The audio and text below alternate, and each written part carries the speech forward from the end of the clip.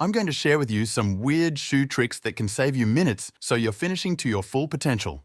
We're going to go through each of these tricks and tally up the total time savings that you can expect. A quick preview of what's to come. Carbon shoes. They're all the rage and can increase your speed dramatically. We'll dissect the ins and outs of carbon shoes in a bit. But first, let's get to these tricks that can save you tons of time. First up, racing sockless. Biking and running without socks can save lots of time in transition. Getting your socks on can be a hassle, especially after coming out of the water. If the water was cold and your hands are stiff, it can be even more challenging. In this situation, putting on socks can take up to 5 to 20 seconds or longer. That being said, going sockless comes with some caveats. First, you have to train without socks if you're going to race without them. You don't want to get a blister on race day and find yourself limping through the finish line. As the saying goes, never try anything new on race day. Additionally, if the conditions are wet, you may still want to put on socks, even if you train without them. Wet conditions can increase the chances you'll get a blister, so you'll be better off avoiding any issues. I had to learn this lesson the hard way. Another circumstance you may want to opt for socks is during longer races like an Ironman or half Ironman. During long races, prioritizing your comfort is key to racing efficiently. This may take some experimentation to see what works best for you. Next up in our tricks, no tie laces. No tie shoelaces are exactly what they sound like, laces that eliminate the need for tying knots. Instead, they use an elastic material that stretches to accommodate your foot while still providing a secure fit. They often come with locking mechanisms or adjusters to customize the tightness according to your preference. With traditional laces, you'd have to stop, bend down, and tie them securely to prevent any discomfort or slipping during the run. This takes up valuable time and requires extra effort and concentration.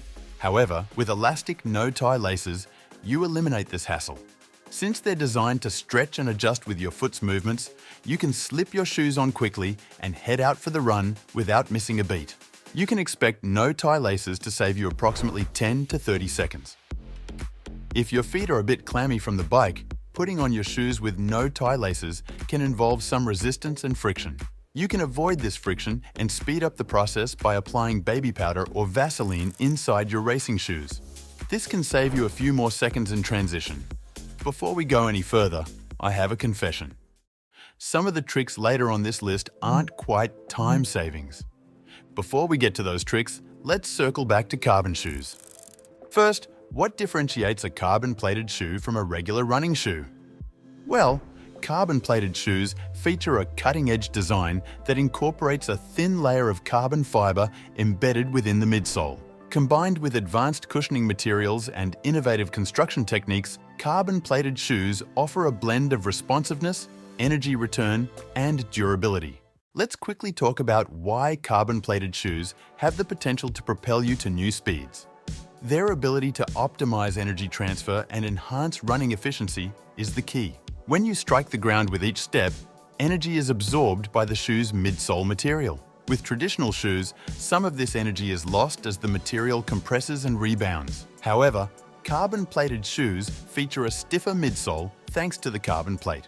The carbon plate minimizes energy loss and maximizes propulsion.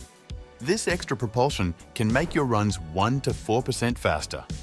If carbon-plated shoes make you faster, you should always wear them, right? Not quite.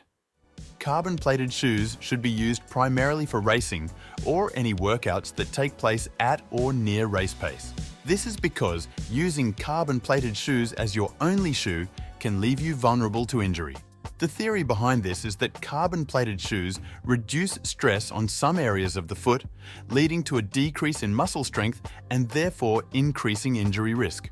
On the flip side, carbon-plated shoes add stress to other joints because they have been shown to change your running mechanics, adding new stresses to your joints.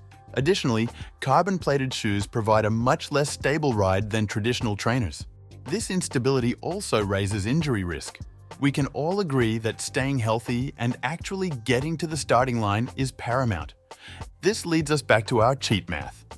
Though the following tricks don't save time during a race per se, they will get you to the race healthy, fresh, and ready to roll. The first shoe trick to staying healthy is to remember to replace your running shoes. Regularly replacing your running shoes is essential for minimizing your risk of injury. Over time, the materials in your shoes, such as the midsole cushioning and outsole tread, undergo wear and tear, causing them to lose their ability to absorb impact and provide adequate support.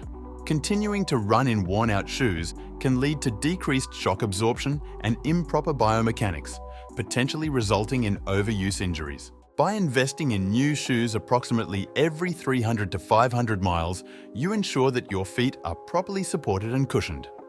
How should you track your running mileage?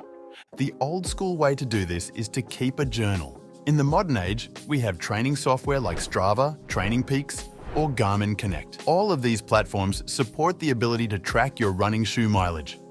So you have your new pair of shoes. Time to go for a run, right? Not quite yet. Breaking in new shoes is vital in ensuring your feet get acclimated to a new pair of shoes, even if they're the same model as the ones you're currently wearing. I'm personally very conservative when it comes to breaking in new shoes. I typically follow a month-long regimen that looks like the following. Week 1. Wear your new shoes around the house for a few days. After that, wear them out in public for a few more days. Week 2. Adhere to the following training cadence. 1 run session in the new pair, 3 sessions in the current pair. It can also be a good idea to make the first few sessions easy or short. Week 3. 1 session in the new pair, 2 sessions in the current pair. Week 4. 1 session in the new pair, 1 session in the current pair. At this point, your feet should be acclimated to the new shoes and you should be good to go. This schedule doesn't have to be 100% strict, but following a similar methodology will smoothly get you out of your old pair and into your new pair.